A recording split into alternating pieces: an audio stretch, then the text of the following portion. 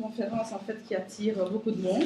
Je me suis demandé si c'était le conférencier qui était très connu, mais apparemment il me dit que non. C'est surtout le sujet en fait qui attire le monde. Donc voilà, merci beaucoup. Donc brièvement, je vous présente. Vous êtes donc Monsieur Christophe Ming. Vous êtes docteur en droit et en sociologie. Je ne suis pas docteur en sociologie. Mais je suis sociologue. Vous êtes sociologue, d'accord. Vous êtes juste docteur en droit alors voilà. et vous êtes sociologue. Je ne suis que docteur en droit. Ok. Alors vous êtes directeur, actuellement vous êtes directeur au département de criminologie de l'Institut national de criminalistique. Donc vous faites aussi des statistiques au niveau de la criminologie. Oui, mais ce n'est pas ma spécialité. Ça, je laisse à des collègues. D'accord. Et vous êtes professeur ici à Saint-Louis. Hein. C'est ça. Voilà. Et alors vous avez travaillé dans le milieu carcéral et surtout sur la médiation pénale en fait. Voilà. C'est ça? Oui, donc j'ai fait ma thèse de doctorat sur la médiation pénale. Et en fait, ici, ce que je vais vous présenter, c'est une recherche théorique, mais que je lie à une réflexion sur les questions carcérales, et notamment sur la régulation de la prison aujourd'hui. Et c'est un peu ça, c'est ça qui vous a amené à traiter ce sujet? Non, pas du tout. Non, en fait, ce qui s'est passé, c'est que quand j'ai eu terminé ma thèse en droit, donc, mais qui était en fait une fausse thèse en droit, mais une vraie thèse en criminologie, parce qu'en fait, sur les 400 pages, il y avait 40 pages de droit et tout le reste, c'était de la sociologie criminelle. J'avais un voisin de bureau qui était sociologue des mobilités, qui avait fait, lui, une thèse sur les représentations de l'espace-temps des gens en rapport avec leur mobilité quotidienne. Bon. Et en discutant, je lui faisais part de, en quelque sorte, ma frustration. J'étais arrivé au bout de ma thèse, c'était déjà pas mal. J'avais réussi à conclure, c'était assez bien, mais il me manquait quelque chose, c'est-à-dire qu'il y avait quelque chose que je n'arrivais pas à exprimer, que je n'arrivais pas à théoriser. Et je me disais qu'il y avait encore un stade plus loin que j'avais manqué, en quelque sorte. Et alors, en discutant de sa thèse et puis de la mienne, etc., je lui ai fait la réflexion en disant, finalement, ce que tu me racontes sur la façon dont les gens bougent dans leur vie quotidienne, mais finalement, ça ressemble très fort à la façon dont on demande aux gens de résoudre leurs conflits dans le cadre de la médiation pénale. Et partant de là, on a fait l'hypothèse que la notion de mobilité pouvait être utilisée comme analyseur pour plus que simplement les déplacements quotidiens. Et donc, on a d'un côté mis en place une théorie dont je vais vous parler aujourd'hui avec le plus d'exemples possible pour que ça reste clair, mais en même temps, il fallait que cette théorie soit mise à l'épreuve d'un terrain. Et quand on veut savoir s'il y a du DDT partout dans le monde, on va voir dans la graisse des phoques, là où il ne doit pas y en avoir. Et si on en trouve, on peut imaginer qu'on en bouffe tous les jours. Eh bien, je me suis dit, si mon hypothèse est juste et que l'impératif de mobilité est vraiment présent partout, alors il doit aussi être présent, enfin, si elle est juste, je dois en trouver une trace dans les discours sur la prison. Parce que la prison, a priori, quand on parle de mobilité, ce n'est pas tout à fait la prison qu'on pense. Je me suis dit, si ça va jusque-là, alors là, c'est que je serai vraiment sur la bonne voie. Et donc, parallèlement au travail de conceptualisation, j'ai entamé un travail d'analyse des travaux parlementaires de la loi pénitentiaire de 2005. Bon, ça a l'air technique, mais en fait, c'est 500 pages de discours sur pourquoi la prison, c'est formidable, et comment la prison de demain sera une prison merveilleuse dans laquelle il fera si bon vivre. Et donc, voilà, si vous voulez, c'est un travail de co-construction, c'est-à-dire d'un côté, on essaye d'élaborer une théorie, et de l'autre côté, en parallèle, j'essaye de la mettre à l'épreuve d'un instrument, enfin d'un terrain, pardon.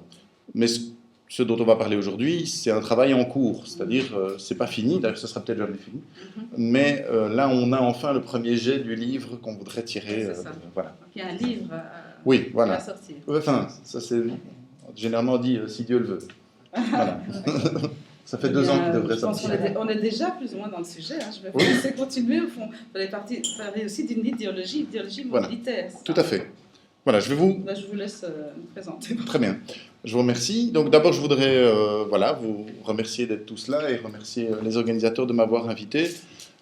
C'est toujours à la fois un défi d'expliquer... Enfin voilà, moi j'essaye de faire un travail scientifique. C'est toujours un défi de quitter les colloques internationaux, ce genre de trucs dans lesquels on parle entre gens instruits, entre beaucoup de guillemets, hein, mais donc avec nos jargons et nos codes, etc., pour essayer d'expliquer ça aux gens qui sont finalement les plus concernés par ce qu'on fait. C'est-à-dire que finalement, entre scientifiques, on dit « Ah, c'est très bien, on se tape sur l'épaule ». Ça n'a pas beaucoup d'intérêt. Ce qui est intéressant quand on essaye de créer des idées, c'est après de pouvoir les diffuser et qu'elles soient comprises. Sinon, ça n'a pas beaucoup, enfin, à mon sens en tout cas, ça n'a pas beaucoup d'intérêt. Donc voilà, il y a un défi aujourd'hui qui est celui de me faire comprendre de vous. Je pense que c'est possible parce que finalement, la science, c'est souvent faire des choses très compliquées qui arrivent à des résultats finalement assez simples. Donc ça, c'est plutôt encourageant. Mais la simplicité, c'est beaucoup de travail pour créer de la simplicité. Et donc, ce que je vais faire ici, c'est essayer de vous présenter l'état actuel de mes réflexions. Qui est vraiment un état actuel, parce qu'en présentant ceci, il y a un moment, je calais, donc j'ai appelé mon co-auteur, et on a passé une demi-heure au téléphone, en train d'essayer de réfléchir aux termes que je pourrais utiliser pour vous expliquer ceci ou cela, qu'est-ce qui correspond le mieux, etc. Donc c'est vraiment quelque chose qui fonctionne tout le temps, et donc je vous remercie aussi de m'avoir donné l'occasion de me poser une question supplémentaire, et de devoir proposer une solution que je modifierai peut-être la prochaine fois, etc. Donc voilà. On va, pour ne pas vous assommer de théorie, utiliser, enfin vous avez tous, je pense, les impressions des slides que je vais passer ici, mais pour que les choses soient plus faciles d'abord, je vais utiliser une démarche inductive. Donc on va partir en gros de choses qu'on voit autour de nous, et je vais essayer de vous montrer comment moi j'essaye d'y mettre du sens. Tout en rappelant quand même une chose en sciences humaines, c'est que je donne du sens, je ne donne pas le sens. C'est-à-dire que ma position étant celle du sociologue, pour moi il n'y a pas de vérité, je ne cherche pas la vérité, je cherche un système qui permette de donner du sens à ce que j'observe. Et on va partir d'une série de mutations sociales qui, je pense, n'échappent pas à grand monde, quel que soit d'ailleurs le milieu dans lequel vous évoluez. Je pense que les 4 mutations sociales, ou les 4 domaines de mutation sociale dont je vais vous parler, on pourrait les multiplier, mais je pense que ces 4 domaines vont vous parler. Le premier, c'est le domaine de la famille. Et ce que je vais essayer de faire ici, c'est pour vous de faire une sorte de caricature de la version actuelle, entre guillemets, de la famille. C'est-à-dire qu'on peut s'imaginer les choses en simplifiant très fort, en disant qu'on a tous une image de ce qu'est la famille traditionnelle. Quand je parle avec mon grand-père, qui a 93 ans et qui vit toujours, je me rends bien compte que sa famille, ce n'est pas la mienne. Moi qui ai 3 enfants que j'élève aujourd'hui, il y a entre les deux des mutations, et on pourrait imaginer un modèle, pour le prendre, avant-guerre, fin 19e peut-être même, où on se dirait ça c'est la famille traditionnelle. Ça n'existe pas une famille traditionnelle, mais pour pouvoir y penser, il faut bien qu'on fasse l'hypothèse que ça existe. Et alors, on va essayer d'imaginer ce qu'est la famille aujourd'hui, en tout cas dans ses déclinaisons les plus récentes. Et voilà, je vous propose une série de termes ou de points qui me semblent pouvoir la caractériser.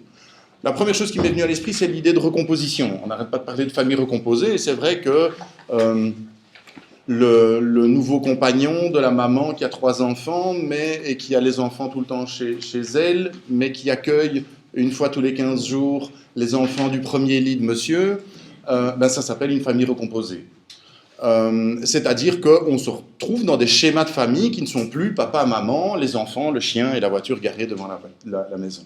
Les choses se sont complexifiées, on appelle ça la recomposition. Ce sont donc des familles qui se défont, qui se refont, avec des liens entre ces gens-là qui sont des liens très variables, parce que forcément, on n'est pas le même avec un enfant dont on n'est pas le père, mais qui ne voit plus son père, un enfant dont on n'est pas le père, mais qui voit toujours son père, un enfant dont on est le père, mais dont la mère est ailleurs, etc. Donc, vous voyez, c'est l'idée de recomposition. On peut ajouter à ça un autre qualificatif qui serait celui de l'indétermination des rôles. Je caricature, tout le monde sait très bien que les rôles ne sont pas vraiment indéterminés, c'est pas à vous que je vais l'expliquer, mais on peut dire qu'il y a un processus d'indétermination des rôles. Quand j'élève mes enfants, je fais des choses qui ne seraient même pas venues à l'esprit de mon père, par exemple. Parce qu'aujourd'hui, un père peut materner, entre guillemets, parce qu'aujourd'hui, un père peut dire, ben voilà, il y a un enfant qui est malade et c'est moi qui reste à la maison. C'est quelque chose, je pense, à laquelle il était difficile de penser il y a 40 ans, en tout cas si on prend la famille moyenne. Donc cette idée d'indétermination des rôles, c'est aussi l'idée de la participation au ménage, à l'éducation des enfants, etc. Je pense aussi qu'un élément important, c'est l'idée de la variabilité des pratiques. Finalement, quand on fait sa famille aujourd'hui, je pense que de plus en plus on la bricole, c'est-à-dire qu'on n'a pas un modèle en disant voilà, un père c'est ça, une mère c'est ça, et un enfant c'est ça, et voilà, c'est aussi simple que ça. Il suffit de voir aujourd'hui les débats français autour du mariage homosexuel et on n'en parle pas, mais c'est en filigrane, parce que ce n'est pas dans le projet de loi, mais la question de l'adoption par des couples homosexuels, typiquement, voilà, s'il y a bien une variabilité des pratiques, c'est cette variabilité-là, celle aussi de familles qui ne reposent plus, plus uniquement, elles ne l'ont jamais fait, hein, l'adoption a toujours existé, mais qui reposent moins, on va dire, sur notamment la génération, c'est-à-dire la filiation biologique. Alors, je pense qu'on peut aussi utiliser... Ah, excusez-moi, ça c'est ma femme qui me demande où est la voiture, et si elle ne le sait pas, elle ne la trouvera pas. Voilà. Ça, vous voyez, je vous expliquerai ce que ça a à voir. Voilà, c'est exactement ce que ça a à voir avec ce dont je vous parle ici. Alors, la contractualisation me semble aussi être une caractéristique des familles actuelles. On n'est plus dans une famille. Comment dire? Mon grand-père me disait, voilà, quand on a des difficultés dans un couple, eh bien, on a des difficultés, mais on est marié pour toujours. Et puis l'âge nous permet de passer au-dessus des choses. Aujourd'hui, c'est plus comme ça, c'est plus le discours dominant en tout cas. Si vous voyez les jeunes, donc finalement, en tout cas à partir de ma génération, en tout cas, c'est si ça ne va plus, ça ne va plus. Tu trouves quelqu'un d'autre, tu refais une histoire avec quelqu'un d'autre, et voilà. De la même manière, les enfants, la relation n'est plus tellement fondée sur l'idée qu'il y a des positions hiérarchiques prédéterminées, mais plutôt sur l'idée qu'il faut tisser des relations avec ses enfants, entretenir avec eux des liens, construire quelque chose, et donc aussi convenir des choses. C'est l'idée de la contractualisation. C'est une famille qui est basée finalement, essentiellement sur l'accord des individus qui y vivent. Et pour couronner tout ça, eh bien, c'est l'idée du flou des modèles. Finalement, qu'est-ce que c'est une famille aujourd'hui? On aurait bien de la peine à le dire. Je pense que mon grand-père, si on lui avait posé la question à mon âge, n'aurait pas beaucoup hésité. Voilà. Aujourd'hui, si je dois imaginer comment définir simplement une famille, voilà, ce serait... Peut-être que je reviendrai pour parler de ça, mais non, ce n'est pas ma spécialité. Alors, on pourrait faire le même exercice avec la question du travail. Vous n'avez pas parlé des grands-parents. Je n'ai pas parlé des grands-parents, mais on en parlera après si vous voulez. Alors, est-ce que ce n'est pas un modèle urbain? Est-ce que je peux vous proposer de me laisser avancer dans l'exposé et puis qu'on discute, même si je n'ai aucun problème avec la discussion, et je ne suis pas sûr que c'est un problème urbain.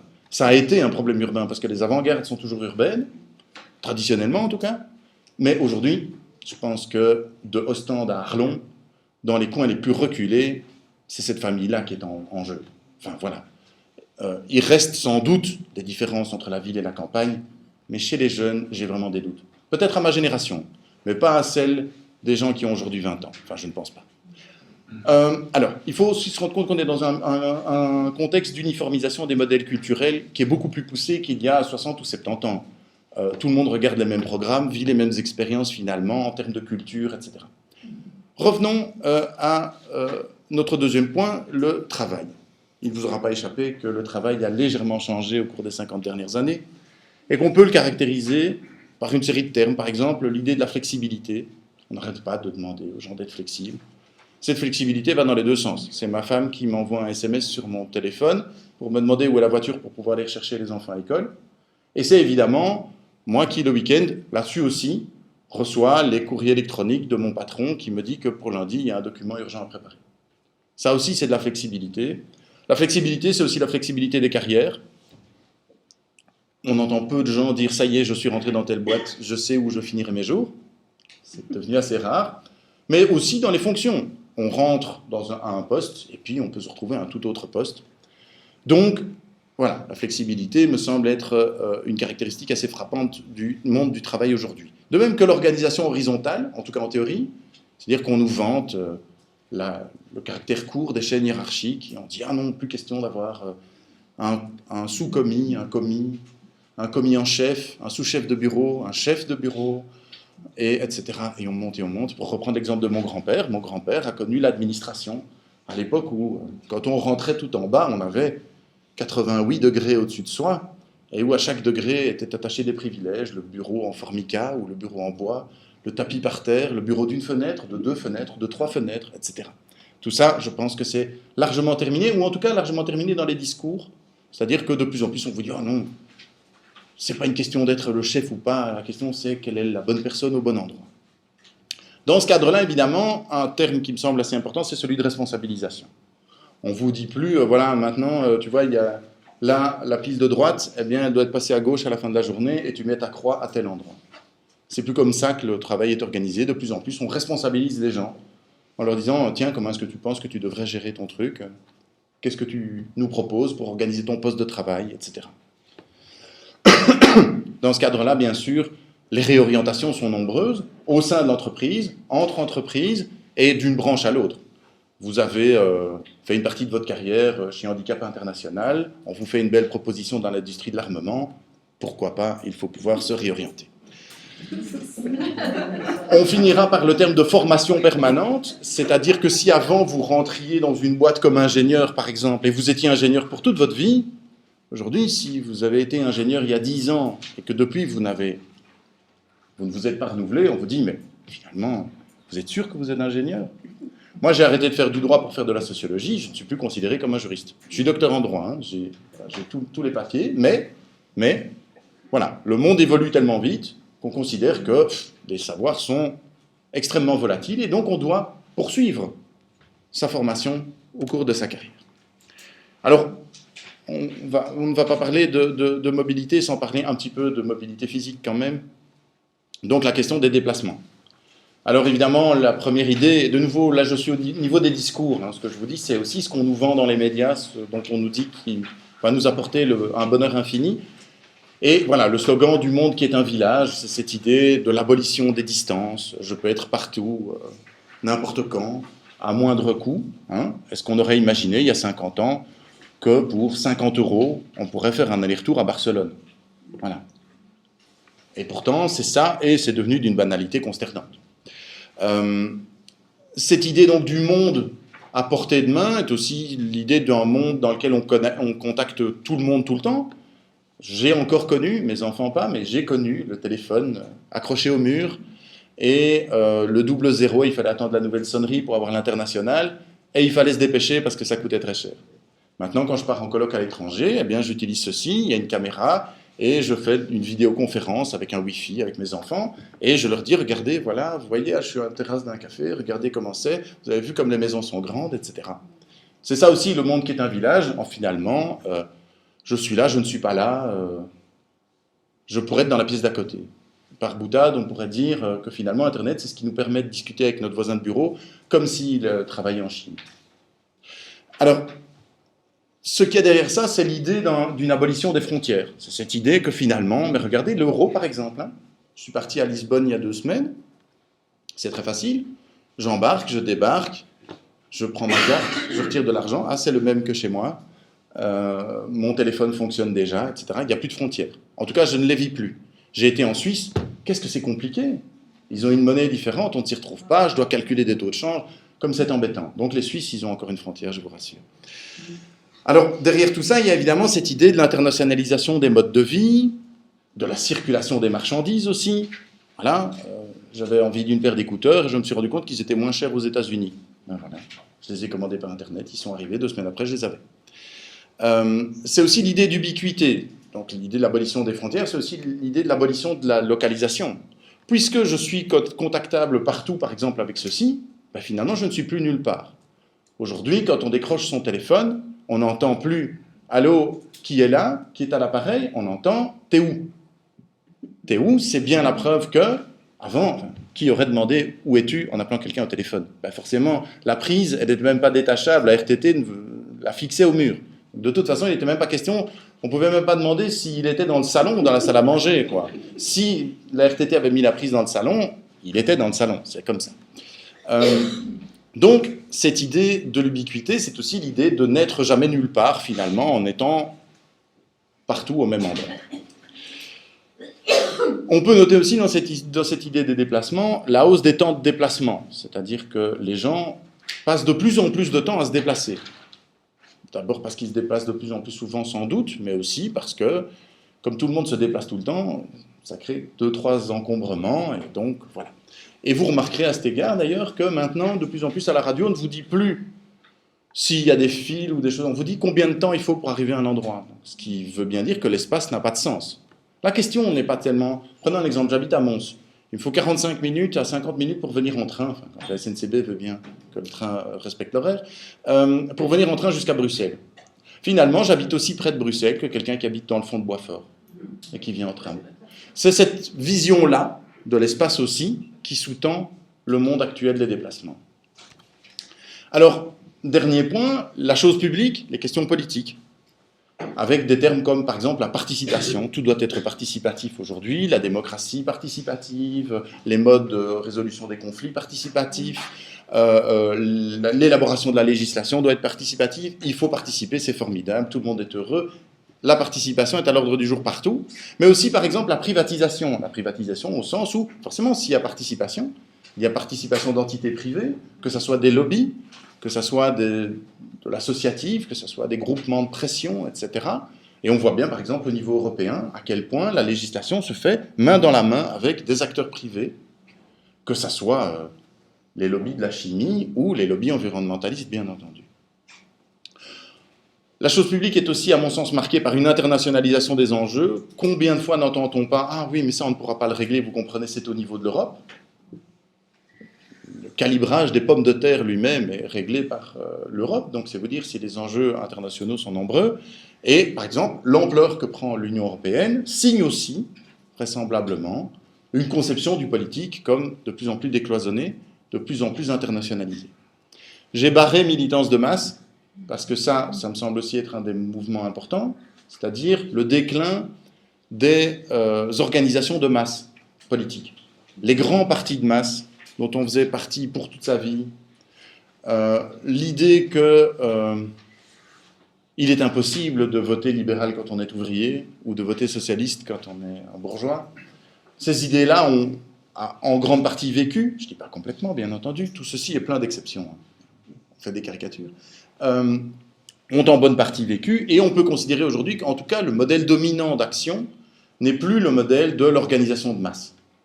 Organisation de masse qui a aussi créé les beaux jours des dictatures du XXe siècle, bien entendu. Il ne faut pas oublier ce qu'ont pu être les partis communistes et nazis et fascistes dans toute une série de pays. Mais donc, voilà, ce modèle-là d'engagement politique a vraisemblablement plus que du plomb dans l'aile. On pourrait aussi parler d'indistinction idéologique. Finalement, comment est-ce qu'on reconnaît aujourd'hui un socialiste d'un libéral, d'un humaniste? Prenons le terme humaniste, très intéressant. Avant, ils s'appelaient les socio-chrétiens. Ça donnait une idée d'un ancrage. Au moins, on savait où ils étaient, qu'on soit pour eux ou pas pour eux, au moins, on savait où ils se situaient. Maintenant, ça devient plus compliqué et humaniste, finalement, qui n'est pas humain ici. Hein. Et donc, il y a là, visiblement, aussi une perte de lisibilité, mais aussi un ministre socialiste des entreprises publiques qui va privatiser, par exemple, ou un ministre libéral qui va défendre le libéralisme social. On se retrouve dans quelque chose qui semble finalement plus du pragmatisme que la nette séparation idéologique qu'on pouvait avoir quand d'un bord à l'autre, on s'insultait copieusement en se renvoyant des invectives, etc. Aujourd'hui, finalement, à part la frontière entre parti démocratique et parti non démocratique, par rapport à laquelle, regardez, la NVA pose problème, à part cette frontière-là, il n'en reste pas beaucoup. Dernier élément, forcément, dans tout ce contexte-là, mais c'est la volatilité électorale. Hier, j'ai voté socialiste, demain, je voterai peut-être humaniste, après-demain, libéral, et entre les deux, pourquoi pas Front National. Donc voilà. Alors, le problème, c'est ça. Je vous avais annoncé une approche inductive.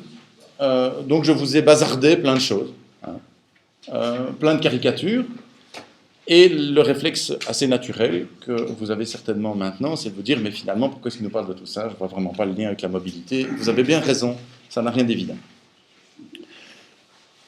Alors, il faut faire le lien.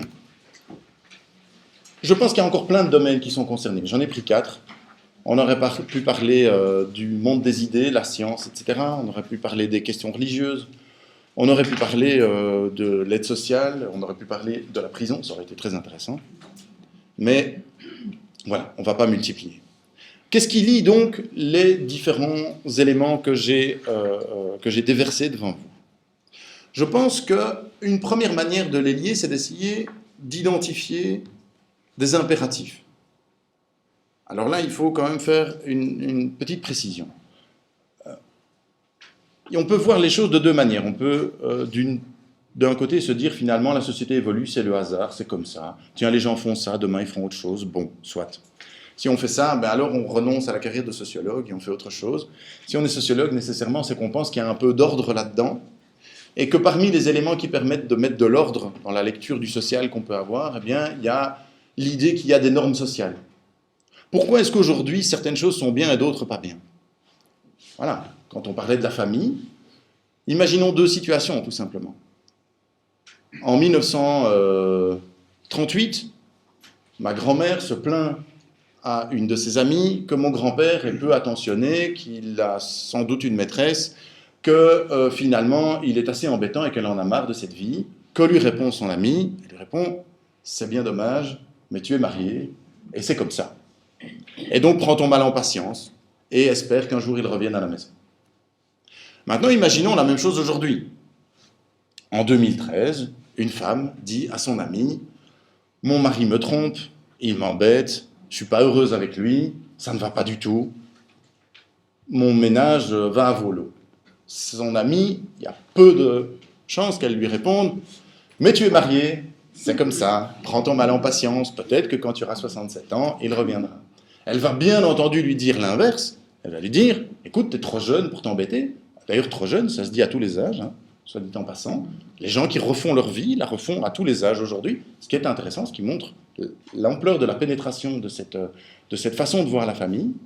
Et donc le conseil sera un conseil qui aujourd'hui nous paraît de bon sens, qui sera de dire, mais enfin, tu le mets au pied du mur, tu lui dis que soit ça s'arrange, soit tu le plaques, quoi. Voilà. Et donc, ça n'est évidemment pas fondé sur le hasard, c'est fondé évidemment sur des normes sociales. Ces normes sociales, elles dépendent du fait qu'on considère que des choses sont légitimes ou illégitimes, et donc on est dans une dialectique du bon et du mauvais. Moi, je ne pense pas une seconde qu'il y a quelque chose qui est par essence bon et par essence mauvais. Je ne crois pas que ma grand-mère aurait eu tort de prendre patience, ni que les femmes d'aujourd'hui ont tort de bazarder leur mari quand il les embête. Je constate simplement qu'elles pensent à un moment donné qu'il est juste de faire une chose et à un autre moment qu'il est juste de faire autre chose. Et je constate aussi que ceux qui s'en écartent sont stigmatisés. Rappelons-nous comment était traitée une femme divorcée dans les années 40, 50, 60, même plus tard. Voilà. Regardons aussi comment nous regardons comme des êtres étranges, des gens qui disent « Ah oui, nous sommes extrêmement malheureux, mais nous sommes unis pour toujours. » Les gens vont leur dire « Mais enfin, t'es cinglé ou quoi? Qu'est-ce que tu fous ?» etc. Donc, il y a une réaction qui signe aussi le fait qu'il y a là la contravention à une norme. Et donc, le point d'entrée que je vous propose, c'est le point d'entrée par 4 impératifs, qui ne sont pas les seuls impératifs qui ont cours aujourd'hui, bien entendu, mais qui sont, à mon avis, 4 têtes de pont qui nous permettent de comprendre une mutation que je voudrais vous décrire aujourd'hui. Soyons bien clairs, dernière précision, que je ne pense pas du tout qu'il y ait une stratégie de tout ça. L'idée du complot, l'idée des gens qui veulent qui cherchent à détruire la famille, la société traditionnelle, le machin, j'y crois pas un seul instant. Je crois que les sociétés évoluent avec des facteurs extrêmement multiples, et tout ça fait qu'il y a des changements. Point.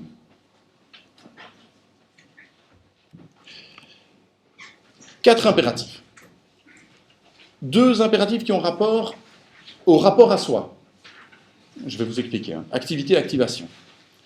Et 2 impératifs qui ont rapport au rapport social, participation et adaptation. Et je pense que si on lit les mutations que je viens de vous décrire, avec ces 4 impératifs, on se dit finalement il y a de l'ordre là-dedans. Il y a une certaine cohérence. Commençons par l'activité. L'activité, c'est l'idée d'une injonction à l'activité. Aujourd'hui, il faut être actif. Il n'y a rien de pire aujourd'hui que de rester inactif. Et combien de fois n'avons-nous, par exemple, un truc qui me frappe terriblement, c'est l'expression « senior actif ». Quand mon grand-père est parti à la pension, il y a maintenant bien longtemps, en gros, l'objectif c'était que c'était fini, il allait prendre sa canne à pêche et il allait aller pêcher, et puis c'est tout. C'est la retraite, quoi. C'est fini, on s'arrête. Aujourd'hui, on nous vend du senior actif partout. Je ne dis pas que c'est mal, hein. Je dis juste que je constate qu'on nous vend du salon du senior actif, la revue des seniors actifs, etc. Donc les seniors sont actifs. Mais ils ne sont pas les seuls, bien entendu. Les enfants aussi doivent être actifs. Il ne faut pas un instant de battement, ils ont des stages, des formations, ils apprennent des langues en plus, et quand ils sont dans un coin à bâiller au corneille, on leur dit « T'as rien à faire, toi, qu'est-ce que c'est que cette histoire ?» Et c'est comme ça pour tout le monde. De la même manière que vous ne pouvez pas dire « J'ai fini la pile de droite, c'est ce que je devais faire pour aujourd'hui, donc moi maintenant j'arrête de travailler, et il me reste 2 heures, je vais les tirer, puis c'est bon. » quoi. Non, on dit « Mais tu vas au-devant du travail, cherche quelque chose, fais. » Enfin bon. Cette activité doit être de n'importe quelle nature, c'est-à-dire qu'il faut être actif, quelle que soit l'activité. Il y a finalement assez peu de différence entre être un senior actif, c'est-à-dire hors de la vie professionnelle, et être un travailleur actif, un chômeur actif, un enfant actif. On peut être actif dans sa vie privée, dans sa vie professionnelle, dans sa vie, tout ce qu'on voudra, à condition que l'activité soit constante et à condition que l'activité soit visible, parce que ce qui est important, c'est d'avoir l'air affairé. Il faut être affairé, c'est très important. Même si on remue du vent, il faut remuer. Alors, ça, c'est la question du mouvement. Une injonction au mouvement perpétuel, en fait, finalement. Qu'est-ce qu'on aurait là-dedans ? Eh bien, si on veut revenir sur les éléments que je vous ai jetés à la figure juste avant, on pourrait avoir des dialectiques de construire sa carrière, mais on doit construire sa famille aussi, c'est-à-dire que ce n'est pas le tout de trouver une femme, de la marier, puis de lui faire des enfants et de dire voilà, ma famille est faite. Une famille, ça se travaille, en quelque sorte. On doit avoir un projet familial et être actif. On doit construire son avenir, construire ses relations. On n'a jamais assez de relations. On doit toujours entrer plus en connexion avec les autres, etc. Donc même au point de vue social, il ne faut surtout pas rester en repos et se contenter de ses 3 bons amis en se disant finalement je vais boire mon petit café tous les jours avec mes 3 bons amis, c'est bon comme ça. Non, surtout pas. Il faut être présent, il faut être partout à la fois.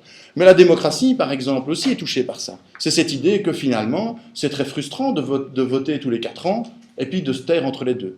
Et donc, la vraie démocratie aujourd'hui, de plus en plus, on nous la vend comme étant une démocratie active, celle dans laquelle tout le monde travaille tout le temps. Regardez, par exemple, chose consternante entre toutes, qu'aujourd'hui, dans les journaux, on publie avant les élections des statistiques d'activité des parlementaires, en disant « Regardez, celui-ci, c'est le champion toute catégorie du dépôt de projets de loi. » Formidable. Et on se dit, voilà, ça c'est vraiment un homme politique formidable, il a déposé 67 projets de loi, il est dans l'opposition, aucun n'est passé, mais ce n'est pas grave, il s'est activé, c'est très bien, et il a le mérite politique. Du point de vue du déplacement, on peut imaginer cette quête aussi, cette quête perpétuelle de l'ailleurs, il faut aller voir ailleurs, et quand on a été voir ailleurs, il y a aussi un autre ailleurs, si vous voulez. Et puis il y a le suivant, et en fait on en a pour la vie, et comme la Terre est ronde, après on est revenu au point de départ, on redécouvre son pays avec de nouveaux yeux, et on se dit, fort de cette nouvelle expérience, je vais repartir vers un ailleurs, etc.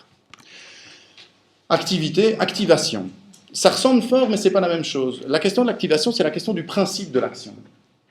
Est-ce que vous attendez sur votre siège qu'on vous dise « Ah, toi, maintenant c'est ton tour, va un peu là-bas et monte-moi un mur en briques » ou est-ce que vous trouvez vous-même des motifs de vous bouger ? Aujourd'hui, on vous demande de vous bouger. L'activation la plus impérative et la plus marquante aujourd'hui me semble être l'activation des chômeurs. Tu n'as pas de travail, tu n'as pas non plus de formation, il n'y a pas non plus d'emploi dans ta région, et il n'y en aura jamais. Active-toi. Envoie des CV. Et donc on se retrouve avec des chômeurs qui envoient à des industries pétrochimiques des CV en disant « En fait, je ne sais rien faire, si ce n'est vous faire la preuve de ma bonne volonté à trouver du travail. Si vous vouliez bien m'employer à n'importe quoi, j'en serais fort heureux. » Évidemment, les sociétés pétrochimiques en question, qui sont en train de dégraisser leur personnel peu qualifié, se disent que finalement, c'est assez peu intéressant. Cette activation-là est intéressante. La question, par exemple, de l'aide sociale, c'est la même chose. Avant le Minimex, il ne fallait rien faire pour l'avoir. On avait son Minimex parce qu'on était un être humain. C'était le minimum de moyens d'existence auquel on avait droit en vertu de sa dignité d'être humain, qui est une dignité acquise à la naissance et pour toujours. Aujourd'hui, c'est un revenu d'insertion sociale. Or, l'insertion, ça se travaille. Et donc, la question c'est quoi votre projet ? Qu'est-ce que vous allez faire alors maintenant ? Peut-être remonter la pente. Mais, quoi qu'on fasse, il faut s'activer, et il faut s'activer de sa propre initiative. Cette thématique est évidemment en lien avec la responsabilisation, parce qu'évidemment, si vous n'avez pas bougé entre 2 fois où on vient vous visiter, c'est de votre faute. On n'a pas à vous dire, on n'a pas à vous fournir un boulot. C'est vous qui devez aller le chercher, voire qui devez le créer. Donc on peut, en revenant sur les domaines dont on a parlé au début, se dire, prendre l'initiative de chercher, créer un emploi, de rechercher une insertion ou une réinsertion sociale. Exemple, les détenus, quand ils demandent une libération conditionnelle, on les invite à faire un plan de réinsertion. Et donc, on leur dit, allez, vas-y, explique-nous comment tu vas te réinsérer dans la société. C'est quand même fort différent que la situation antérieure où on lui disait, tu vas aller là, tu vas faire ça, tu vas te présenter à tel endroit, etc. Et où on lui cadrait sa vie. Responsabilisation des demandeurs d'emploi, mais aussi des conjoints, des travailleurs. Finalement, tout le monde est responsable de ne pas avoir pris l'initiative, de ne pas avoir eu la bonne idée, de ne pas avoir développé la bonne action. L'aide sociale, par exemple, est de plus en plus vue comme une offre d'opportunité, pas comme une prise en charge des individus. Même les malades doivent s'activer. On va dire aux gens qui ont le cancer, vous savez, votre guérison, elle dépend aussi de votre volonté, de votre désir de guérir et de lutter contre la maladie. Je ne sais pas, c'est peut-être que ça marche très bien, hein, c'est peut-être vrai. Hein. Mais clairement, ce qui est intéressant, c'est que cela est dissible. Alors qu'avant, on lui disait, surtout, ne bougez pas, ne faites rien. Vous n'êtes pas compétent, j'ai la molécule miracle, et si je n'ai pas, ben c'est dommage, mais vous ne serez pas guéri. C'était ça le message. Je ne sais pas si vous connaissiez le sketch des Monty Python sur l'accouchement. Si vous ne le connaissez pas, je vous invite à le voir. Ça date voilà, c'est l'image du médecin à l'ancienne, entouré d'instruments, et quand la femme qui va accoucher lui dit au médecin « Qu'est-ce que je fais ?» Tous les médecins lui hurlent dessus « Rien du tout, vous n'êtes pas compétente. » Eh bien voilà, ça, c'est aussi cette idée-là. Mais de la même manière, on est invité à gérer ses déplacements. C'est-à-dire qu'on doit être des managers de nos déplacements. Et par exemple, pour trouver du travail, eh bien, il faut pouvoir être prêt à prendre 2 bus différents, plus marcher un quart d'heure, etc. Et donc, voilà. On doit se construire des trajectoires. C'est ça l'activation. C'est le fait de prendre en main sa propre mobilité, sa propre mise en mouvement. Ça, c'était les 2 questions du rapport à soi. Voici maintenant 2 impératifs dans le rapport à l'autre, dans le rapport social. Le premier, c'est la participation. Parce que c'est bien de faire des choses, c'est bien de les faire de sa propre initiative, mais ça ne suffit pas. L'idéal, c'est de les faire dans un élan participatif, c'est-à-dire en collaboration avec les autres. Il faut travailler en réseau, il faut rejoindre des projets, de préférence beaucoup de projets, de préférence toutes sortes de projets, et finalement tout est projet. Un projet familial, un projet professionnel, un projet associatif, un projet politique, tout est projet. Et tout est lu par par le biais de cette image du projet. Même l'entreprise est un projet. Avant, votre entreprise, ce n'était pas un projet, c'était votre gagne-pain, vous alliez, on vous disait, ben voilà, toi tu t'assieds là et tu fais ça. Vous vous asseyez là et vous faisiez ce qu'on vous demandait, et c'était très bien comme ça, et finalement c'était le projet du patron, ce n'était pas le vôtre. Maintenant on vous dit, je voudrais te mettre sur un nouveau projet, mais j'ai besoin de ton avis. Et alors on est participatif, et on est tous dans un projet, et on est tous copains. Donc à la fin, vous avez un salaire, et l'autre il a le double de votre salaire, mais ça, voilà. Ça ne nous empêche pas d'être tous des participants à un même projet, c'est formidable, et ça nous épanouit tous. Les gens demandent ça. Hein. Maintenant, quand on dit à un gars, tu t'assieds dans le coin et tu fais ce que je te dirais de faire, il dit, oui, mais non, mais ça m'ennuie, moi, j'ai pas envie de faire ça. Avant, on disait, oui, c'est embêtant, mais c'est ça le boulot. C'est embêtant, le boulot. Enfin, c'est les gens qui ont de la chance, hein, qui ont ça. Parce qu'il y a aussi encore, évidemment, là, des hiérarchies. Voilà. Alors, participation à des projets, ça veut dire donc temporaire. Un projet, c'est toujours temporaire. Donc, par exemple, un emploi, c'est temporaire. Et après, on rebondit vers d'autres projets. Et on cumule des projets, et on enchaîne les projets. Donc, une grande vertu là-dedans, c'est la capacité à rebondir et à enchaîner, et ça, c'est vraiment une valeur. Il a été capable de rebondir. Le coût de l'outplacement. Vous perdez votre emploi, on vous envoie à une société qui est chargée de vous aider à retrouver de l'emploi. Et quand vous arrivez, on vous dit, eh bien, en fait, finalement, perdre son emploi, c'est une chance. C'est une opportunité. C'est l'opportunité de rebondir. Je ne pense pas que tout le monde trouve ça fort drôle comme affirmation, mais ceci, si c'est dissible, c'est qu'il y a des gens qui y croient. Et ce discours-là, c'est quand même un discours qu'on entend assez souvent. Évidemment, puisque les projets sont temporaires, les relations sont sécables. Si je fais un projet familial, quand ce projet sera terminé, on se séparera, et j'en ferai un autre, quoi. Voilà, c'est aussi simple que ça. Si je fais un projet professionnel, quand j'aurai fait ce que j'ai à faire, je dirai à mon patron, bah, écoute, c'était bien sympa, mais là, ça fait 5 ans que je travaille ici, je commence un peu à avoir fait le tour, je voudrais aller vers d'autres projets. Donc ça vaut des 2 côtés. Hein, à la fois du côté de l'employeur qui dit, bah, écoute, j'ai plus besoin de toi, maintenant le projet il est lancé, merci, c'est gentil d'avoir mis en route la machine, maintenant tu peux aller voir ailleurs. Et le coût du travailleur, qualifié bien entendu, qu'on essaye de retenir en disant surtout ne va pas faire un projet ailleurs, regarde comme j'ai des choses intéressantes à te faire faire. La participation. Et donc, voilà, pour revenir au point qu'on a évoqué au début, les projets familiaux successifs, les projets professionnels, les projets de réinsertion, les projets d'insertion, les projets de vie, etc. L'invitation omniprésente à rebondir, à changer, etc. Quel sera votre projet pour votre retraite ? Qui a, ne serait-ce que songé à demander ça à mon grand-père ? Son projet, c'était sans doute d'aller s'acheter une nouvelle canne à pêche. Il était très content, il aimait beaucoup la pêche. Et de s'acheter des asticots et puis d'aller pêcher, quoi. Voilà, c'est tout. Un projet, mais enfin, qu'est-ce que c'est que cette histoire ? Idem pour la démocratie participative, pour le management participatif. Enfin, le participatif, c'est super. La pédagogie participative. Si vous voulez avoir l'air super à la mode, faites un truc participatif. Vous dites que ça va être super participatif et tout le monde va vous dire « Ah, comme c'est formidable ». Alors, si c'est participatif, alors là, c'est vraiment chouette. Dernier impératif, toujours un impératif social, c'est l'impératif d'adaptation. Si vous devez changer de projet tout le temps, si vous devez en conduire plusieurs de front, ben forcément, il faut pouvoir vous adapter. D'où cette idée de la flexibilité, cette idée de la capacité à tout le temps reconsidérer les bases sur lesquelles on vit, on aime, on travaille, etc. Tu avais des valeurs quand tu étais dans un handicap international, c'est pas grave. Tu en auras d'autres quand tu travailleras pour l'armement. Voilà. Ça, c'est pas cohérent. Pardon ? Justement, c'est une bonne remarque, la cohérence, on s'en fiche. L'important, c'est d'être flexible. Donc, l'idée, si vous voulez, ici, ce n'est plus d'habiter une place, d'être quelque chose pour toujours, c'est au contraire d'être capable de sentir d'où vient le vent et d'en permanence sauter d'un pied sur l'autre pour tout le temps s'adapter. C'est par exemple être capable, dans la même pièce, d'être un père suffisamment autoritaire avec certains des enfants, un beau-père quand même suffisamment autoritaire vis-à-vis des autres, un mari comme ceci, mais quand même un peu comme ça, jongler entre je parle à mon patron au téléphone sur un certain ton et en même temps j'essaye de concilier mes impératifs familiaux, etc. Donc la conjonction de tous ces projets fait qu'on doit être plusieurs personnes à la fois ou plusieurs personnes successivement. Avant c'était simple, de 9 à 17 on était au boulot et on était un employé modèle et on savait très bien ce qu'il fallait faire. C'était oui monsieur le directeur, bien monsieur le directeur, oui. Comme vous voudrez monsieur le directeur. Et puis on rentrait, et on était un mari plus ou moins modèle, et là aussi on savait ce que ça impliquait, on rentrait, on s'asseyait, on mettait ses pieds sur la table, et on disait « J'ai soif, chérie, est-ce qu'il y a des bières dans le frigo ?» Et de la même manière, on avait des sphères dans lesquelles on savait très bien ce qu'il fallait faire. Comment se comporte un homme dans ses pénates, comment se comporte une femme dans ses pénates, et à l'extérieur, et etc.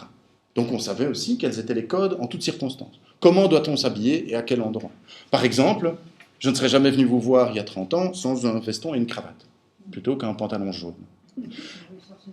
C'est un choix des codes, mais c'est compliqué, parce que quand je dois aller au cabinet de la justice, alors je dois me dire, mais attends, là je dois avoir ça, je dois plutôt être dans tel truc, je vais quand même mettre un costume, mais je ne vais pas mettre de cravate parce que je suis quand même criminologue, et que ça implique que, en tant que...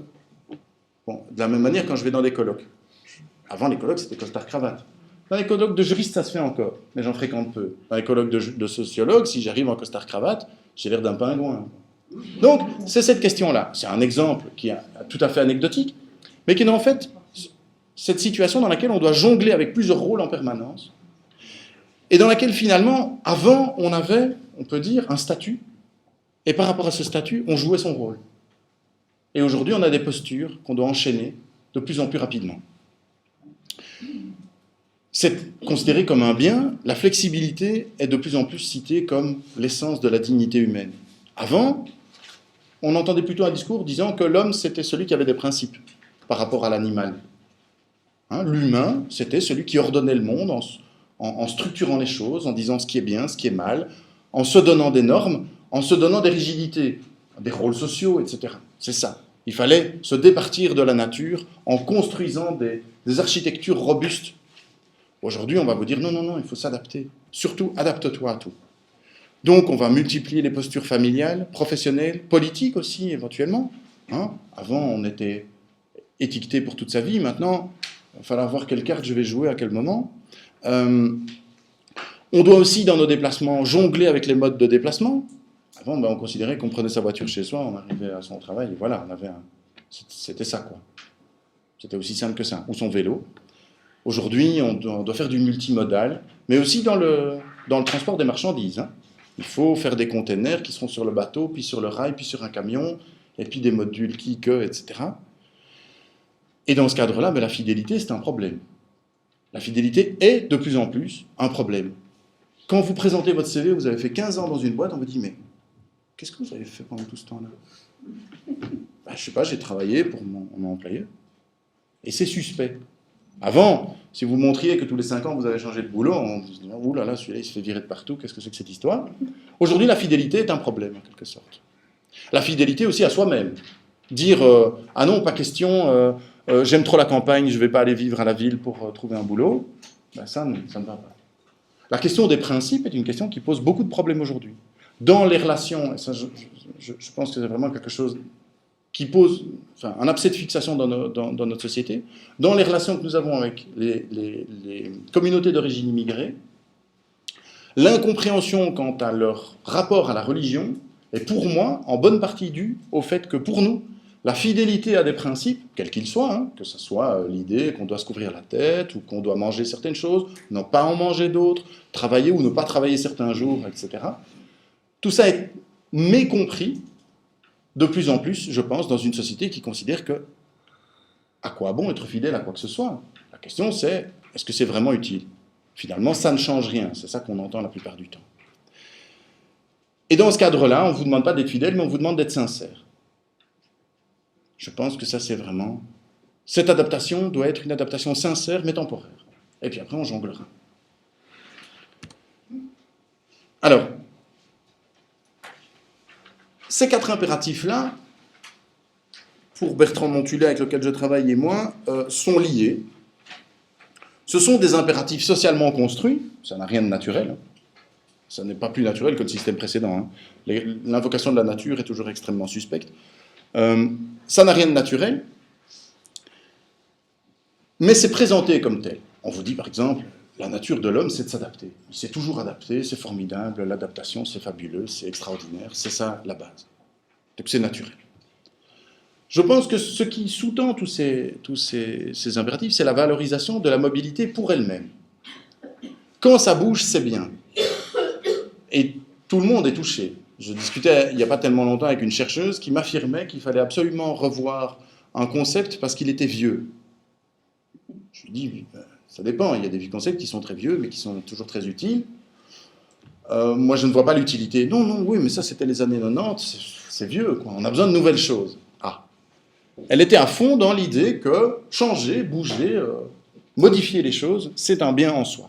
Et ce sont des choses qu'on constate, finalement, dans toute une série de secteurs où, au moment où on instaure un nouveau système, on prévoit déjà le moment où on va le changer. Par exemple, on crée une loi et on dit cette loi sera évaluée dans 1 an. Et dans 1 an, on va l'évaluer, on va dire ça va pas, donc on va changer un truc. Puis on rechangera évidemment après, et constamment comme ça. Et donc, l'idée est bien qu'il faut absolument éviter d'être figé, d'être fixe.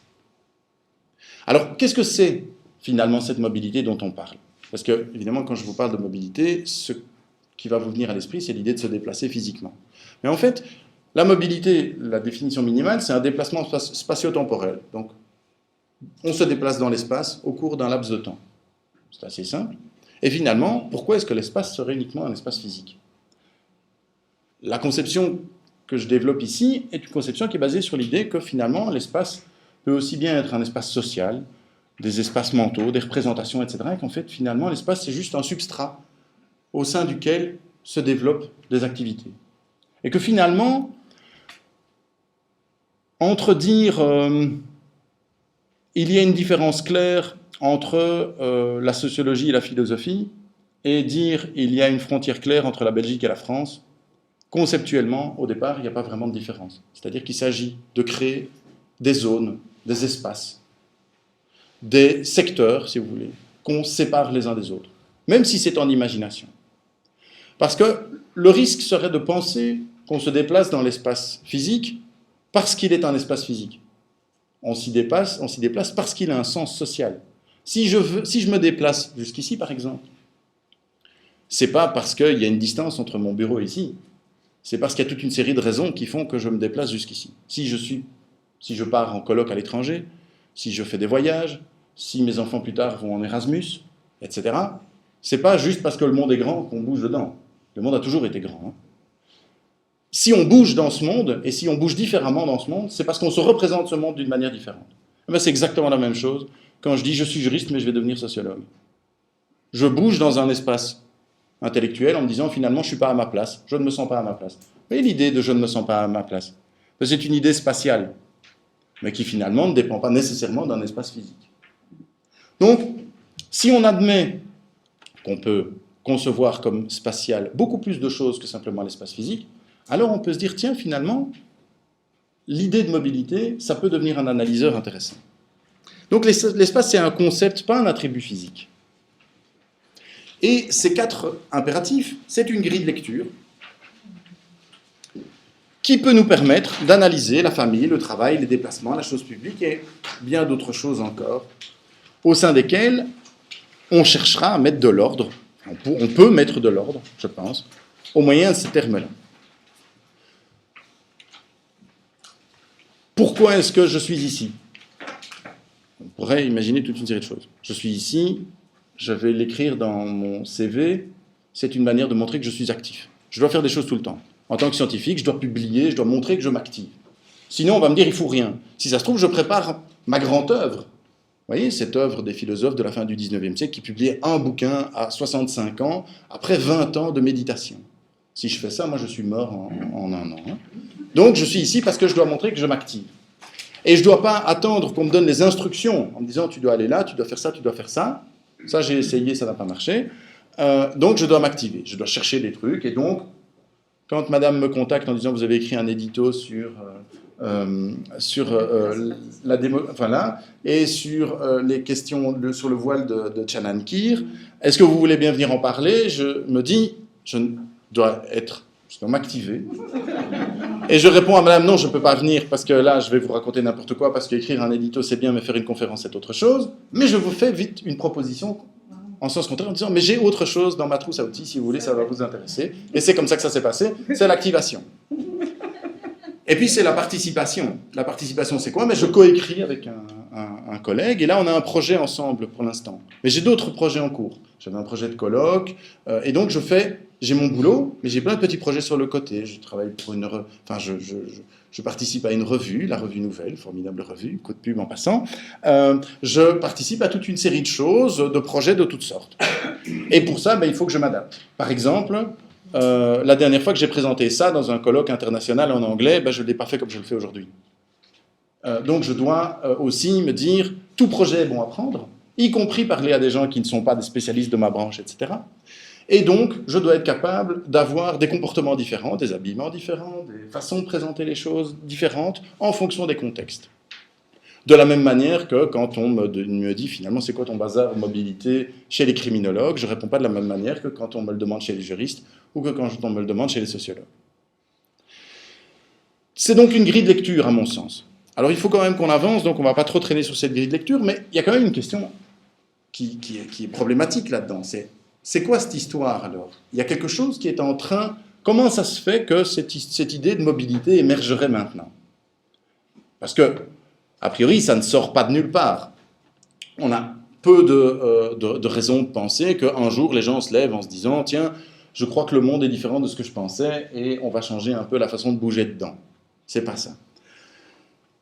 Notre hypothèse, qui est une hypothèse, est que cette conception de la mobilité, cette valorisation de la mobilité, cette idéologie mobilitaire est fondée sur une modification des représentations sociales de l'espace et du temps. Il y aurait là un phénomène de transition, et alors là, je ne cherche pas de causalité, parce que, voilà, c'est infini.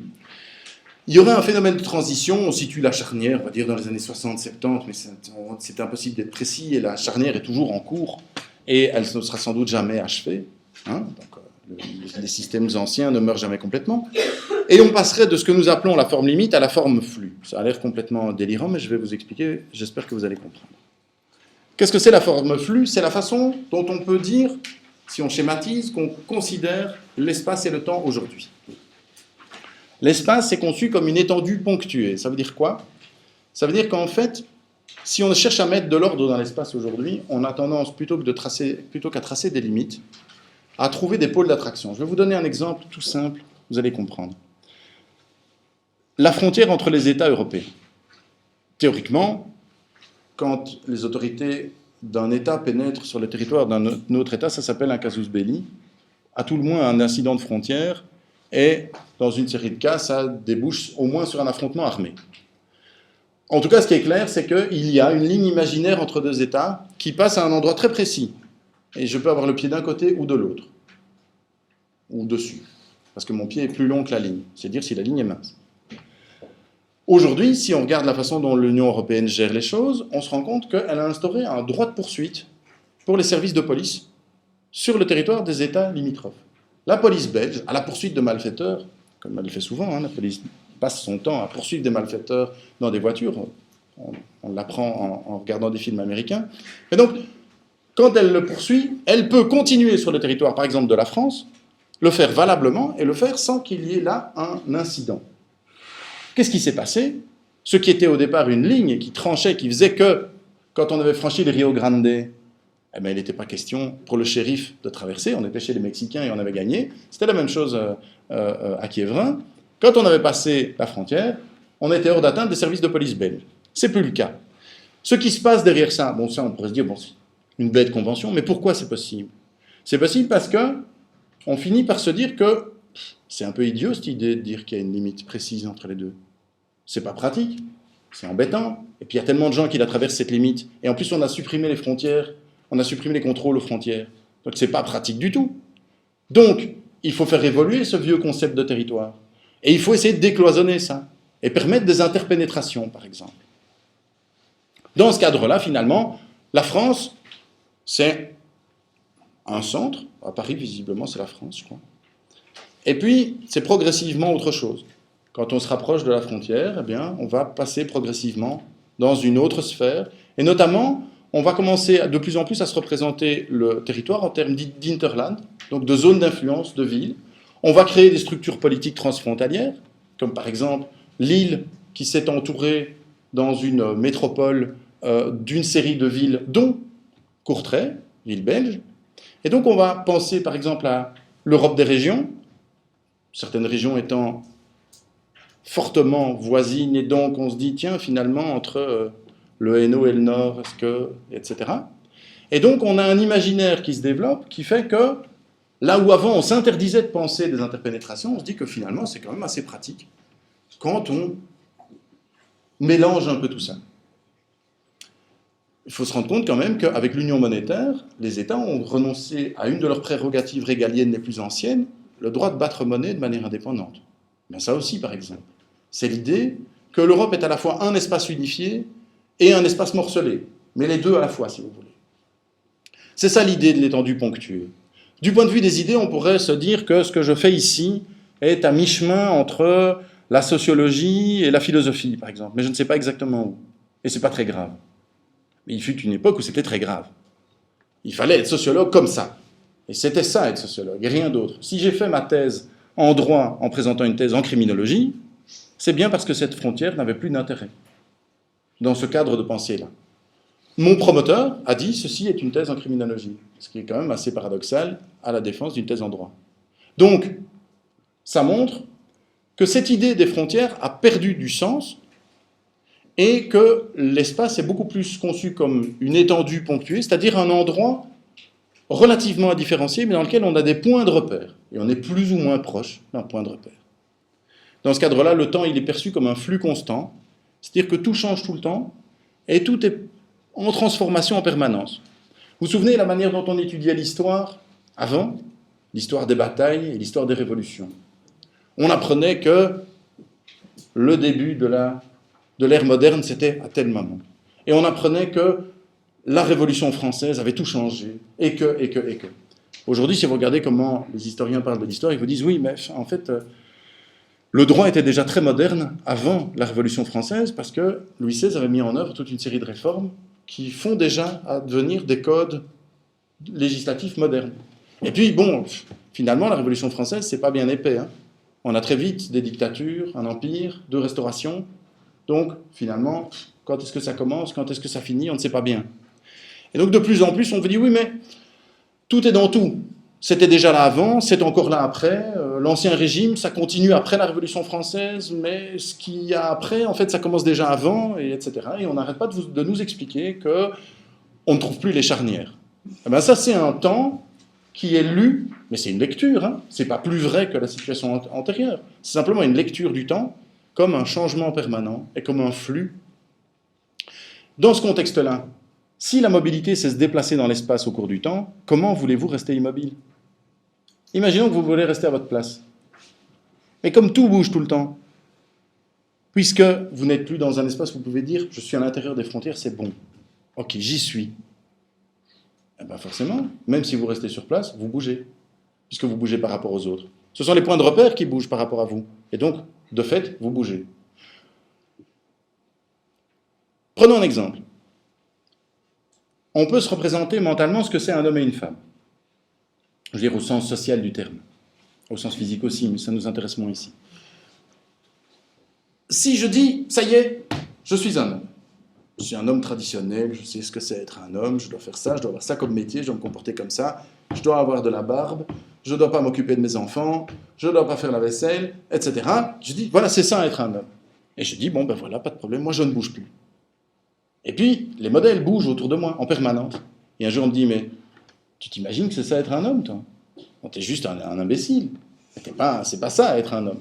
Et donc, même si j'ai voulu rester sur place en disant, je ne bougerai pas de ma position, tout ayant bougé autour de moi, tout le référentiel ayant bougé, ben, j'ai bougé.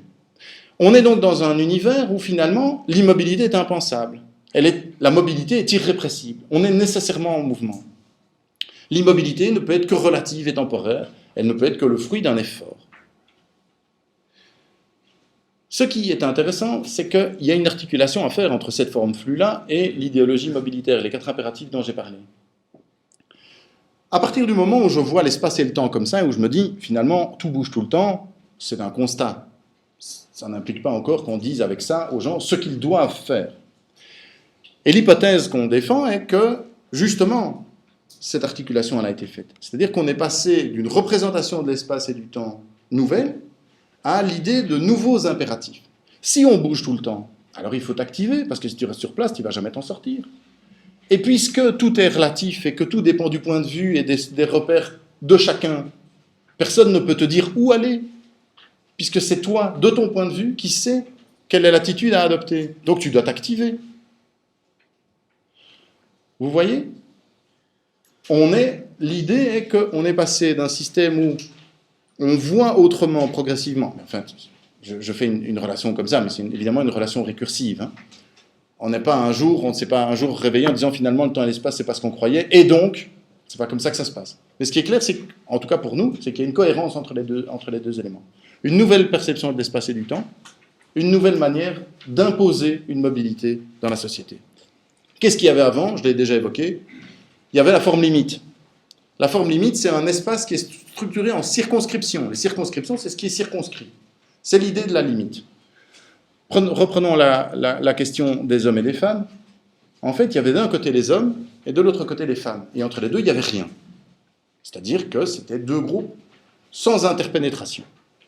Ceux qui ne cadraient pas, donc d'abord, dans le groupe des hommes, tout le monde était un homme, et dans le groupe des femmes, tout le monde était une femme, exactement de la même manière. Et ceux qui ne cadraient pas, soit c'était des dangereux fous, soit c'était des monstres. Donc en gros, celui qui prétendait sortir de cette alternative, qui était une alternative purement binaire, était considéré comme un problème social, si vous voulez. J'ai lu un texte d'un médecin qui dit « on devrait réfléchir à la création, pour les sciences médicales, d'un 3e sexe, qui reprendrait en fait tout ce qu'il y a entre les deux. » Avant, on considérait qu'il y avait les hommes, les femmes et les anormaux. D'accord ? Là, ce qu'on nous dit, c'est exactement l'inverse. Il y a de tout, et pour mettre de l'ordre là-dedans, il va falloir trouver un intermédiaire. L'espace structuré en circonscription, c'est cette idée que les espaces ne s'interpénètrent pas. Qu'est-ce qui donne un sens à l'espace ? Ce ne sont pas des pôles d'attraction, ce sont des frontières. Et ces frontières sont clairement tracées. Ou en tout cas, on voudrait qu'elles le soient. Alors, elles ne le sont jamais vraiment, mais on aime tellement quand elles ont l'air de l'être. Et le temps, il est structuré en stase et en rupture. C'est cette histoire des révolutions. Il y a la révolution industrielle, la première, puis la deuxième. Et puis, il y a le déclenchement de la Seconde Guerre mondiale. Et puis, il y a la chute de l'Empire romain. la question de la chute de l'Empire romain. Voilà, un truc très intéressant. Les historiens, pendant longtemps, se sont dit, non, c'est telle année. Ah non, c'est plutôt telle année, en cherchant le moment où l'élément déclencheur est, ça y est, il est tombé. Comme si un matin, les Romains s'étaient levés en disant, oh, mon Dieu, cette nuit, il est tombé. Voilà. Bon, c'est pas exactement comme ça que ça s'est passé. Aujourd'hui, les historiens vous diront, bah, il y a une période de chute et de déclin, mais finalement, l'Empire romain subsiste pendant des siècles dans les civilisations dont on a dit qu'elles l'avaient détruit. Parce que les civilisations sont venues en disant, mais nous allons être les Romains d'aujourd'hui. Cette idée du temps structuré en stase et en rupture, c'est l'idée donc de période de constance et puis de rupture brusque. C'est la même chose dans la lecture des âges de la vie. Quand est-ce qu'on devient un homme? Deux solutions, le service militaire ou le mariage. Quand est-ce qu'on devient une femme? Le mariage, le premier enfant.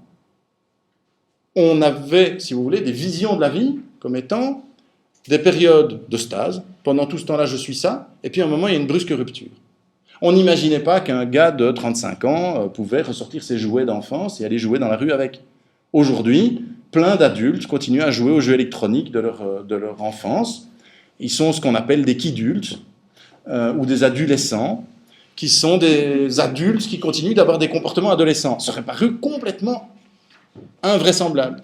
Cette lecture du temps en stase entrecoupée de rupture ne fait plus sens aujourd'hui, mais elle a très longtemps fait sens.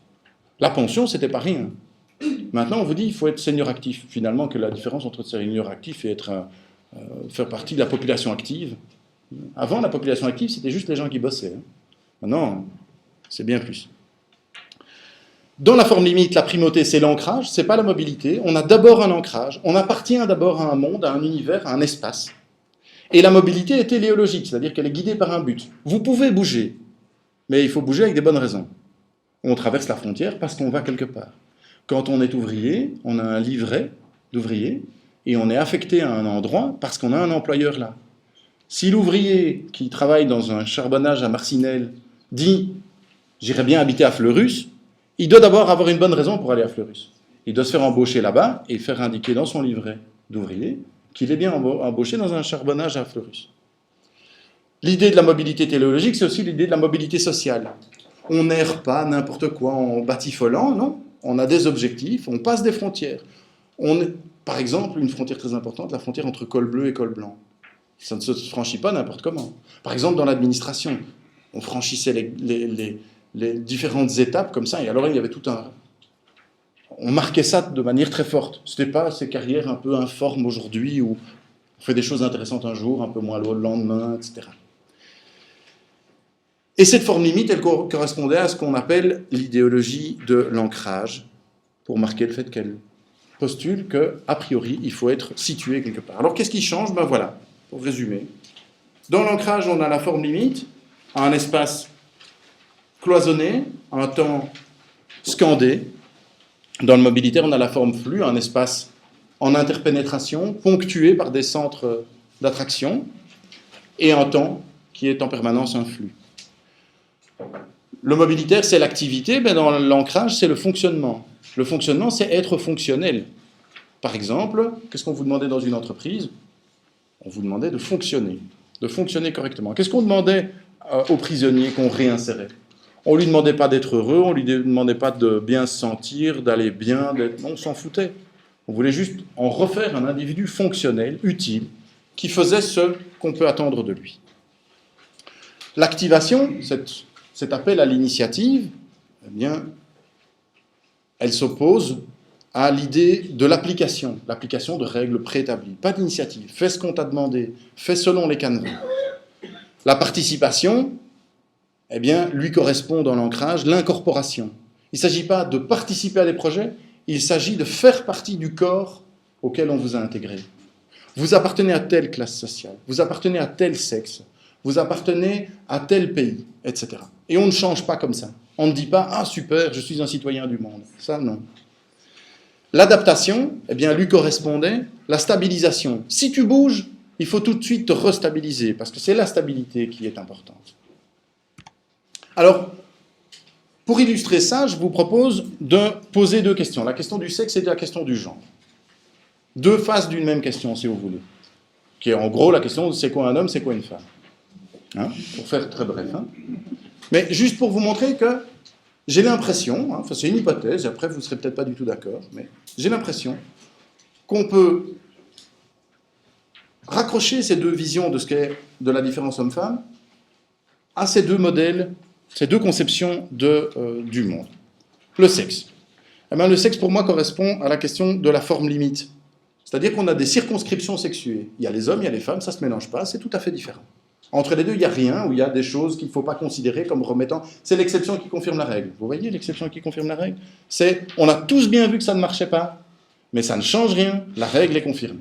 Eh bien, c'est ça. Donc, un hermaphrodite, un homosexuel, un transsexuel, ce sont des exceptions qui confirment la règle, c'est-à-dire, ce sont des déchets, des anormaux, il y a entre les deux une séparation qui est bien claire. Par rapport à ça, il y a la question du fonctionnement. Finalement, dans le sexe, la question, c'est la fonctionnalité sexuée. Que vous soyez homosexuel ou pas, finalement, on s'en fout, tant que vous avez une femme et des enfants. C'est-à-dire que on ne vous demande pas d'être vous-même, on vous demande de fonctionner. On vous demande d'être ce qu'il faut être. Et donc, conformation au modèle. Une femme, eh bien, c'est cet individu-là, et cette femme, elle a tout son modèle qui est préétabli. Elle va faire des enfants, elle va travailler le moins possible, elle va s'occuper des enfants, etc., etc. Et le mari, eh bien, il fera autre chose, et lui, il aura tel et tel comportement qui sont normaux. Et donc, il y a des métiers de femmes, il y a des métiers d'hommes, il y a etc. Tout ça est normé, et il n'est pas question d'improviser là-dedans. Il n'est pas question de dire, moi je suis une femme et j'adore les camions. Ça ne se fait pas. Tu es une femme, tu adores soigner les malades, ou les enfants. Tu ne peux pas dire, je suis un homme, je rêve d'être puériculteur. Ah non, ça ne peut pas. C'est pas possible. Ça reste très prégnant. Je n'ai pas dit que c'était fini. Je dis juste, voilà, une façon de voir les choses. Parce que des puériculteurs, il n'y en a pas des masses. Alors, la question de l'incorporation, c'est la question de l'appartenance. En fait, on appartient à un sexe. Et il n'est pas question de faire des projets, d'inventer ce que c'est. Non, non, pas du tout. On est incorporé dedans. Et qu'on le veuille ou non, on y est, quoi. C'est comme ça. C'est la lecture qui nous a imposée. Et la stabilisation, c'est même plus fort que de la stabilisation. Pour la question du sexe, c'est une stabilité absolue. C'est la chose qu'on ne renégocie pas. On est né comme ça, on sera homme ou femme jusqu'à la fin de ses jours. Dans ce cadre-là, la question qui sous-tend tout ça, qui est une question d'identité, l'identité, c'est le fait d'être identique. Être identique sur toute une série de points qui font qu'on confirme bien, qu'on est bien correspondant à cette identité.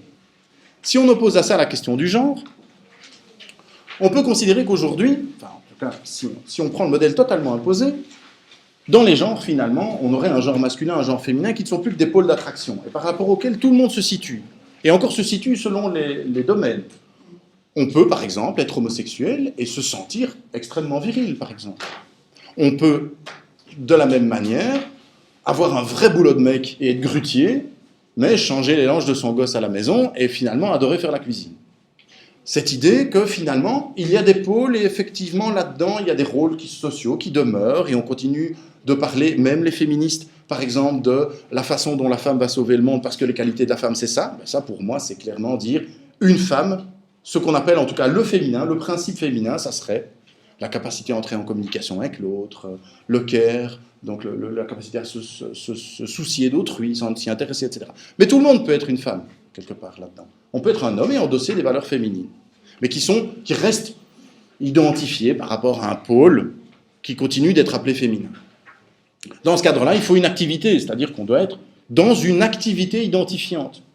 On n'est plus là dans un machin où finalement on fait ce qu'on a à faire. La question de l'identité sexuelle, enfin de genre, c'est un travail. On se construit. Voilà, c'est pas moi qui l'ai inventé quand même. Qu'on se construisait femme, qu'on se construit homme. Voilà, j'ai lu il n'y a pas tellement longtemps XY de Elisabeth Badinter. Eh bien, elle explique comment l'homme doit se construire comme un homme, même s'il ne sait pas ce que c'est, etc. Et à quel point c'est un processus, etc. C'est une activité. C'est même une activation. Il faut prendre des initiatives personnelles, il faut construire son truc. On ne peut pas, c'est mal de s'en remettre au rôle de genre prédéterminé. C'est considéré comme négatif. Le type qui dit « moi je suis un homme et je sais bien ce que c'est un homme et je suis un homme un vrai », on lui dit « c'est quoi cette histoire? Avec quoi tu viens, quoi? C'est quoi ce bazar ?» Donc il y a un impératif qui est l'impératif de se construire, d'être un entrepreneur de soi, par exemple sur la question du genre. Et dans ce cadre-là, on a des projets d'identité, c'est-à-dire qu'on est on se projette, on essaye de faire quelque chose, de se réaliser au travers, notamment, d'une définition de soi par rapport à ces pôles-là. Et alors, pour ce qui est de l'adaptation, c'est l'idée de la jonglerie identitaire, évidemment. On est dans ce cadre-là, et finalement, qu'est-ce que c'est que cette histoire? Comment je me comporte à la maison, au travail, dans la rue, comment je m'habille, etc. Et donc, c'est mixer toute une série de modèles et de positionnements divers pour essayer de se construire soi-même, par exemple, ici, en rapport avec la question du genre. Est-ce que quand je mets un pantalon jaune, c'est pas un peu trop féminin? C'est une bonne question. Les pantalons jaunes ne sont pas autorisés aux hommes depuis longtemps. Bien voilà. Dans ce cadre-là, l'identité, c'est quoi? L'identité, c'est être singulier. Donc ce n'est plus être identique, c'est être singulier, c'est-à-dire être seul, un seul, le seul de son genre, finalement.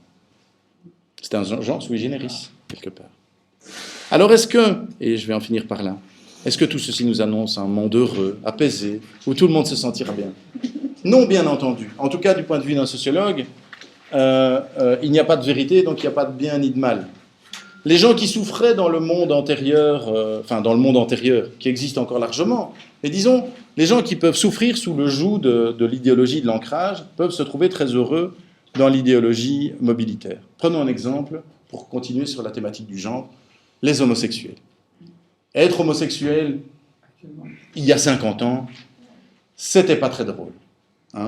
Je crois que si on voulait en tout cas vivre ce qu'on a envie de vivre, c'était même fort dur, voire parfois mortel. Ça reste mortel d'ailleurs dans pas mal d'endroits, on est bien d'accord, et ça reste mortel ici, mais quand même de manière nettement plus exceptionnelle. Mais c'était très difficile. Pourquoi? Parce qu'évidemment, il n'y avait pas de place. On n'avait pas de place. Parce que dans un univers où les sexes sont parfaitement distincts, c'est quoi ce type qui est un homme, mais qui veut chercher ses partenaires sexuels dans son propre groupe? Ça ne fait pas partie du canevas, ça. C'était pas possible. Aujourd'hui, évidemment. Ça fait toujours pas partie, vous avez vu leur influence. Bien sûr, mais ça fait quand même beaucoup plus partie. Je pense qu'aujourd'hui, je parlais il y a une semaine avec un ami homosexuel qui me disait, moi dans les années 90, j'ai encore eu le problème du coming out, et quand je vois des gamins aujourd'hui qui sont homos, je me dis, il y a encore un truc qui a changé là, où finalement ils vivent ça comme... Ils s'en rendent compte, on en parle tellement autour d'eux, qu'ils se disent « Ah ben tiens, voilà, maintenant je sais bien que c'est à ce groupe-là que j'appartiens, c'est comme ça que je suis. » Et que ça les aide déjà. Bon, rien que cette possibilité-là, ça veut dire qu'il existe un discours, il existe une place, quelque part, où ils peuvent dire « Voilà, j'y suis, quoi. » Entre les pôles d'attraction, et donc je peux me sentir un homme, mais avoir envie de rechercher mes partenaires sexuels du côté des hommes. Eh bien ça, voilà, c'est un exemple positif. On peut dire, à l'inverse, qu'il y a des gens qui en sont très malheureux. La question pour reprendre la question des identités de genre, ça avait quelque chose de commode d'être un homme vrai, de savoir ce que c'était un homme vrai. J'avais tout un canevas, je ne devais pas me poser de questions. Construire son identité, c'est quelque chose de très complexe. Et on n'arrête pas de parler du malaise des hommes qui ne savent plus ce que c'est être un homme, qui ne savent pas ce que c'est la masculinité, c'est quoi être un père. Avant, on disait au père, toi, t'es la loi. Il disait, ah ouais, super, j'ai encore entendu ça d'ailleurs à la manif dont vous parliez là. Oui, bien sûr. Mais un type qui dit, oui, il faut un mari et une femme parce que l'homme doit être là pour être dur quand il le faut. Oui, ok. Ça avait un côté commode, parce qu'au moins, le père, quand il rentrait, il savait que lui pouvait mettre ses pieds sur la table, qu'il pouvait faire comme ça, et qu'il pouvait juste demander à qui il fallait foutre des baffes dans la triclée de gosse. Ça avait un côté confortable. Et celui-là, aujourd'hui, quand on lui dit, finalement, tu dois quand même faire preuve d'autorité, mais en même temps de tendresse, etc., et tu dois aider ta femme, etc., lui, il y a un moment, c'est en tout cas certain, s'y retrouve perdu. Donc ce que je veux dire, c'est qu'il y a ceux qui souffrent, et il y a ceux qui souffrent moins. Il y a ceux qui souffrent plus, ceux qui souffrent moins.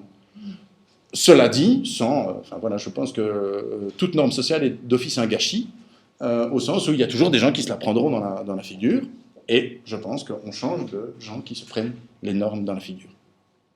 Par ailleurs, les mobilités peuvent être pénibles, et on va passer très vite, mais ça peut être une souffrance, la mobilité. L'idée du désir frustré, on va prendre un exemple tout simple.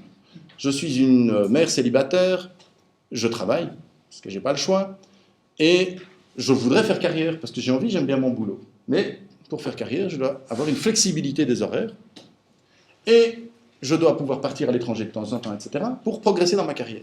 Mais je suis mère célibataire. Or, les gosses, ils ne sont pas flexibles, ils sont à l'école tous les jours, et il faut aller les chercher à 3h30. Donc je ne peux pas le faire. Et alors que j'ai envie d'être mobile, je n'y arrive pas. Et alors que tout le monde me dit autour de moi, tu devrais être mobile, c'est bien d'être mobile, c'est super, je vis cette frustration constante d'être réfréné dans ma mobilité. Cette frustration peut être celle de l'hypermobile. ce cadre qui va d'un côté à l'autre, etc., mais qui se retrouve toujours retenu par quelque chose. Ça va jamais assez vite, c'est jamais complètement instantané, etc. Cette fuite en avant dans la mobilité peut aussi être une souffrance. Ça peut aussi être une pratique ignorée. Ces gens qui font des efforts démesurés pour tous les jours, 1h30 de bus, pour être réassortisseur à mi-temps au Carrefour, qui gagnent des clopinettes, qui sont considérés comme, ne disons pas le mot, hein, des moins que rien, on va dire, donc font un effort de mobilité gigantesque, et tout le monde leur dit, bah, écoute, c'est bien la moindre des choses que tu peux faire, hein, espèce de sale profiteur, de chômeur à mi-temps. Voilà. Ça, c'est la mobilité non reconnue. C'est le fait de ne pas réussir à donner les signes de la mobilité ou ne pas les voir reconnus. Et de voir que par contre, il y en a d'autres qui sont tranquillement chez eux, et qui sont rentiers, qui ne font rien, qui attendent que les loyers tombent, et tout le monde dit « Oui, mais il n'y a pas de problème, vous savez, ils font vivre l'économie. » Et donc voilà, c'est cette valorisation ou dévalorisation des mobilités qui fait aussi que les traitements ne sont pas égaux et que des souffrances peuvent en découler. Et alors le dernier point, c'est la question de la simulation. C'est faire semblant d'être mobile. C'est terriblement éprouvant de devoir tout le temps montrer qu'on est actif, qu'on s'active, qu'on participe, qu'on s'adapte. Le fait de devoir produire du signe, de devoir prouver à tout le monde qu'on est un gars super mobile, tout le temps sur la brèche, c'est épuisant. C'est terriblement épuisant. Est-ce que ça n'est pas déstabilisant aussi? Sans doute aussi, bien sûr. Mais donc, l'idée, c'est que si cet idéal de mobilité qu'on nous vend comme un idéal de liberté formidable, etc., est effectivement générateur de nouvelles libertés, il est aussi générateur de nouvelles souffrances. Voilà.